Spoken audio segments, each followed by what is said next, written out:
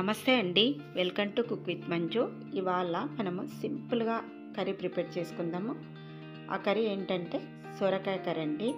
ఎప్పుడు మనం ఎండుకారం వేసి చేస్తాం కదా, పచ్చికారం వేసి ఒకసారి ట్రై చేయండి. జొన్న రొట్టెలోకి, చపాతీలోకి, అలాగే రైస్లోకి కూడా సూపర్గా ఉంటుంది. మరి ఎలా ప్రిపేర్ చేయాలో చూసేద్దాం. ఇక్కడ సొరకాయ తీసుకుంటున్నాను. ఈ సొరకాయని మనము ఇలా పీల్ తీసేసుకోవాలి. సొరకాయ మొత్తంగా పీల్ తీసేసుకోవాలి. ఇలా తీసుకున్న తర్వాత ఈ సొరకాయని మనము ముక్కలుగా కట్ చేసుకోవాలి. మరీ పెద్ద ముక్కలుగా కాకుండా కొంచెం చిన్న ముక్కలుగానే కట్ చేసుకోవాలి. మనం పులుసు పెట్టుకున్నామంటేనంటే ముక్కలు కాస్త పెద్దగా ఉండాలి. ఈ కర్రీ చేసుకునేటప్పుడు ముక్కలు ఇలా చిన్న ముక్కలుగానే కట్ చేసుకోవాలి. అలాగే గింజలు బాగా ముదిరిన గింజలు ఉంటేనంటే ఆ గింజలను తీసేసేయండి. లేత గింజలు ఉంటేనే మనం కర్రీలో వేసుకోవాలి. ఇలా చిన్న చిన్న ముక్కలుగా సొరకాయనంతా కట్ చేసుకున్న తర్వాత సొరకాయని బాగా నీట్గా కడిగేసుకోండి.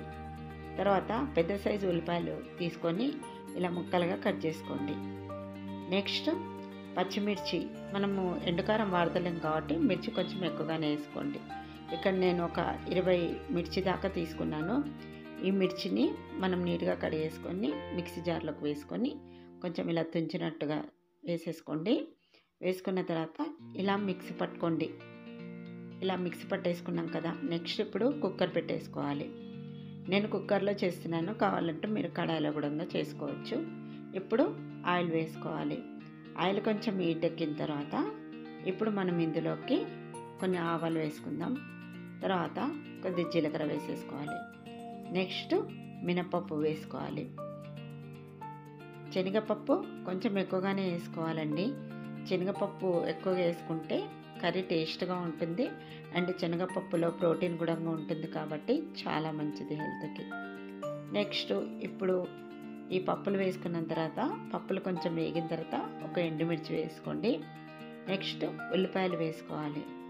ఉల్లిపాయలు వేసేసుకున్న తర్వాత ఈ ఉల్లిపాయలను మంచిగా కలుపుకోవాలి. మాడకుండా కొంచెం బ్రౌన్ కలర్లోకి ఉల్లిపాయ వేయించుకోవాలి. ఇలా కలుపుకుంటూ మంచిగా బ్రౌన్ కలర్ అయ్యేంత వరకు ఉల్లిపాయలను వేపుకోండి. ఇలా వేగాలి ఉల్లిపాయ. ఇలా వేగిన తర్వాత ఇందులోకి 1 టీ స్పూన్ దాకా అల్లం వెల్లుల్లి పేస్ట్ వేసుకోవాలి. పచ్చిదనం పోయేంత వరకు ఈ అల్లం వెల్లుల్లి పేస్ట్ మంచిగా వేపుకోవాలి. ఇలా బాగా వేపుకున్న తర్వాత ఇప్పుడు మనం ఇందులోకి సొరకాయ ముక్కలు వేసుకోవాలి. సొరకాయ ముక్కలు వేసేసుకున్న తర్వాత ఈ సొరకాయ ముక్కలను ఒకసారి కలిపేసుకోవాలి.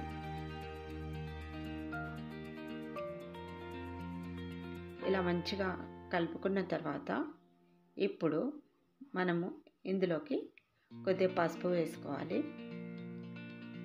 పసుపు వేసేసుకున్న తర్వాత ఈ సొరకాయ ముక్కలకు పసుపు అంతా పట్టేటట్టు మంచిగా ఇలా కలుపుకోవాలి. కలిపేసుకున్న తర్వాత ఇప్పుడు మనం ఇందులోకి ఉప్పు వేసుకోవాలి. 1 టీ స్పూన్ దాకా వేసుకోవాలి. సరిపోకపోతే తర్వాత వేసుకోవచ్చు. 1 టీ స్పూన్ ఉప్పు వేసేసుకున్నాం కదా, ఇప్పుడు ఇందులోకి పచ్చిమిరపకాయ పేస్ట్ వేసుకోవాలి. వేసేసుకున్న తర్వాత ఈ రెండింటిని కూడా సొరకాయ ముక్కలకు మంచిగా కలిసేటట్టు ఇలా కలిపేసుకోండి. కలుపుకున్న తర్వాత ఇప్పుడు ఇందులోకి ఒక చుక్క కూడా వాటర్ వేయవలసిన అవసరం లేదండి. 1 లేదా 2 విజిల్స్ ఉడికించుకోండి. సొరకాయలో వాటర్ కంటెంట్ ఉంటుంది కాబట్టి మనం వాటర్ అయితే అస్సలు యాడ్ చేయొద్దు. ఇక్కడ చూసారు కదా, మనం వాటర్ వేయకుండా కూడా వాటర్ చూడ ఎంత వచ్చేసిందో. ఇప్పుడు ఈ వాటర్ కొంచెం దగ్గరికి అయ్యేంత వరకు మళ్ళీ ఒక 5 సెకండ్స్ దాకా ఉడికించుకోవాలి. ఇలా ఉడికిన తర్వాత ఇందులోకి కొంచెం కొత్తిమీర యాడ్ చేసుకోవాలి. తర్వాత కొబ్బరి పొడి వేసుకోవాలండి. టేస్ట్ చాలా బాగుంటుంది. డెసికేటెడ్ కోకోనట్ పౌడర్ ఒక 2 టీ స్పూన్స్ వేసుకుంటున్నాను. తర్వాత ఇందులోకి కొద్దిగా ధనియాల పొడి, కొద్దిగా గరం మసాలా పొడి వేసుకోండి. మీరు కొబ్బరి కుడకలు ఉంటాయి కదా, వాటిని ముక్కలుగా కట్ చేసుకొని మిక్సీలో వేసుకొని కూడా పౌడర్లా చేసి వేసుకోవచ్చు. ఇప్పుడు మనం వేసుకున్న ఈ మసాలాలంతా పట్టేటట్టు మంచిగా కలిపేసుకోవాలి. కలుపుకున్న తర్వాత మూత పెట్టేసుకొని ఒక 5 సెకండ్స్ ఉడికించుకోండి, సరిపోతుంది. చూసారు కదండి, గుమగుమలాడే సొరకాయ పచ్చికారం కర్రీ రెడీ అయిపోయింది. జొన్న రొట్టెలోకి అయితే మస్తు ఉంటుందండి టేస్ట్ అయితే కాంబినేషను. మరి మీకు ఈ రెసిపీ నచ్చినట్టయితే తప్పకుండా ట్రై చేయండి. ట్రై చేసిన తర్వాత ఎలా వచ్చిందో నా కామెంట్ రూపంలో తెలపండి. మరిన్ని ఇంట్రెస్టింగ్ వీడియోస్ కోసం ప్లీజ్ నా ఛానల్ని సబ్స్క్రైబ్ చేయండి. అలాగే లైక్ ఇవ్వడం మర్చిపోకండి. ప్లీజ్ అండి, నాకు సపోర్ట్ చేస్తూ ఉండండి. Thanks for watching my video.